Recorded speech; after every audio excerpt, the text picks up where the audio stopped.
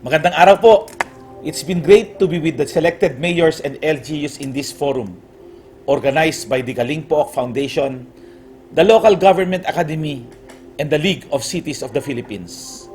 We are lucky enough to be one of the few LGUs that will benefit from the basket of innovations and maybe 100 experiences that you have, which you will impart to us, teach us, and hone us to adapt to the new normal we are living now. COVID-19 changes all the landscapes, the outlook, the forecast, and the viewpoint of everyone, especially us, local chief executives of our respective LGUs. COVID-19 is a global concern that affects a significant number of countries around the globe, including developed countries like US, Russia, UK, Italy, France, most of the European states, and developing and underdeveloped countries alike. The Philippines was not spared by the pandemic. The worst is that we are now topping the list in number of cases in the Southeast Asian region. The national government responded hardly to the pandemic by closing the entirety of Luzon to any movement. With the declaration of enhanced community quarantine or lockdown, containing the spread of the virus becomes the major concern of the national government.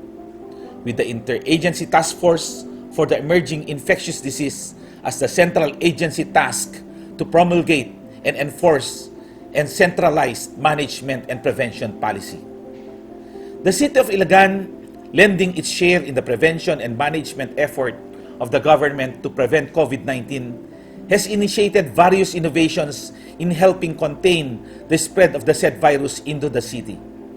As a matter of fact, to recapitulate, 4 or 5 months ago, we were a COVID-free city. Until such time that there were now the entries of LSIs and OFW. Health Guard contact tracing system is one of our innovations.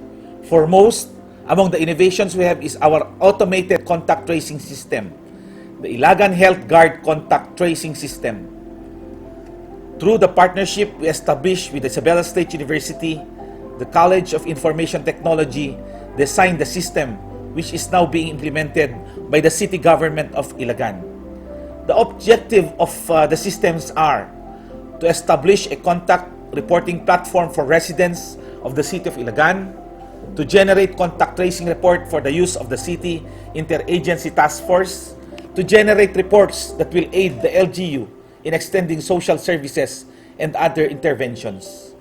For this system to work out, we envision to register all residents of the LGU into the system. Each registrant will be assigned a health guard number, which shall serve as the reference number of the registrant. The system will also generate a QR code for each registrant, which will be used to register contacts established with other individual and in entering offices and establishments. Registration of contact can be done through the text messaging, QR code scanner, or through online or web applications. Our contact tracing system can be initiated after one is confirmed as COVID positive. The positive patient will be tagged in the system, and after tagging, contacts information will be generated by the system.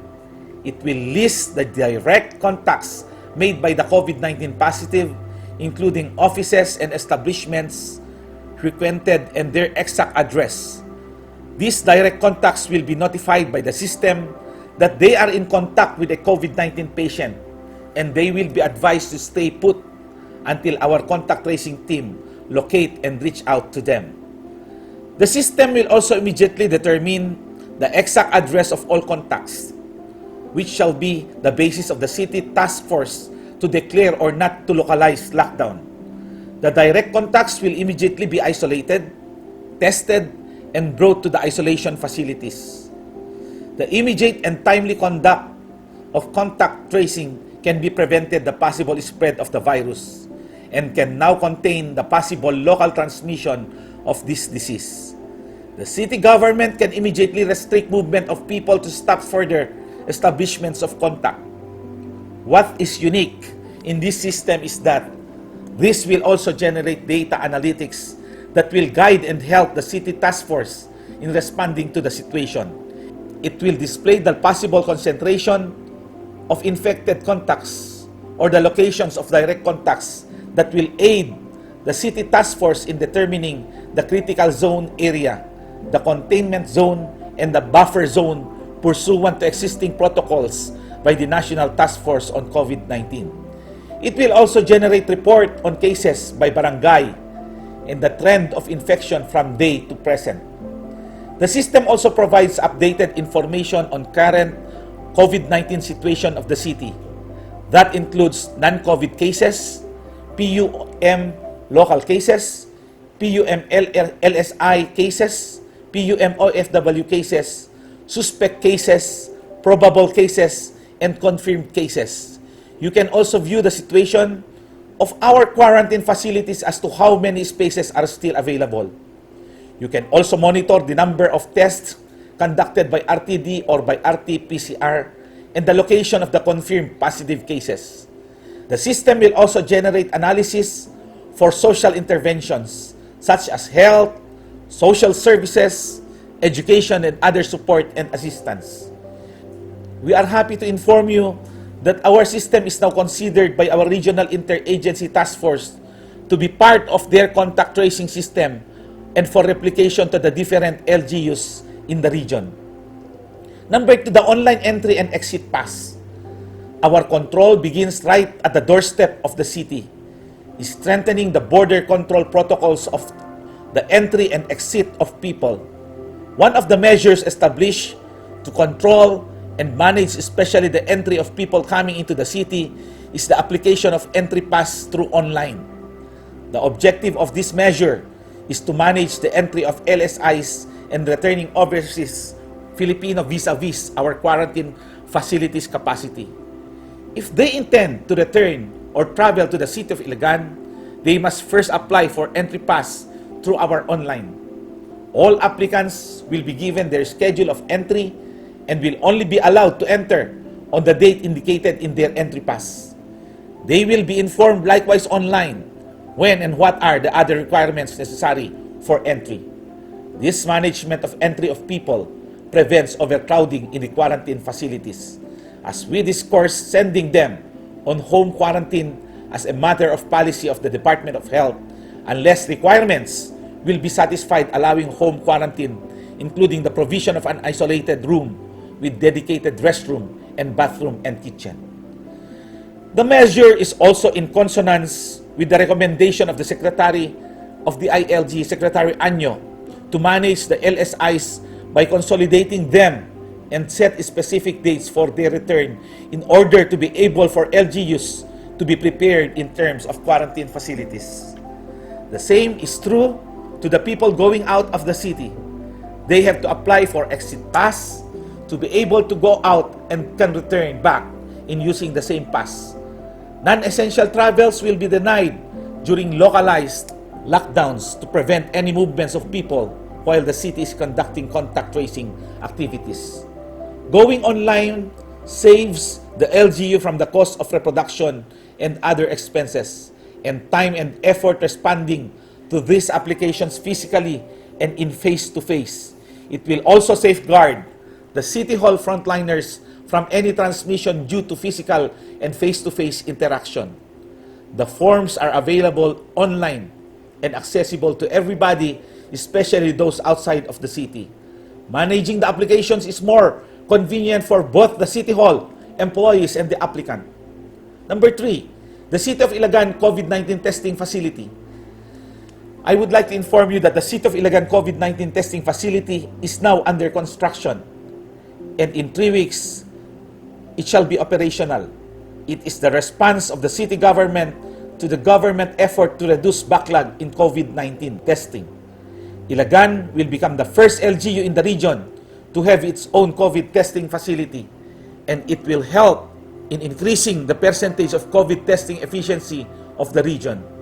The existing testing facility of the Cagayan Valley Medical Center is presently encountering problems, including frequent shutdown of its machine due to the large and growing number of COVID test specimens, and have to send other specimens in Baguio City and Metro Manila. The presence of this COVID testing facility will somehow contribute to the efficient management of COVID testing in the region. The testing facility is primarily established to cater the requirements of the city to test more people and determine those who need isolation and ensure the safety of a greater number of our constituents from infection and transmission.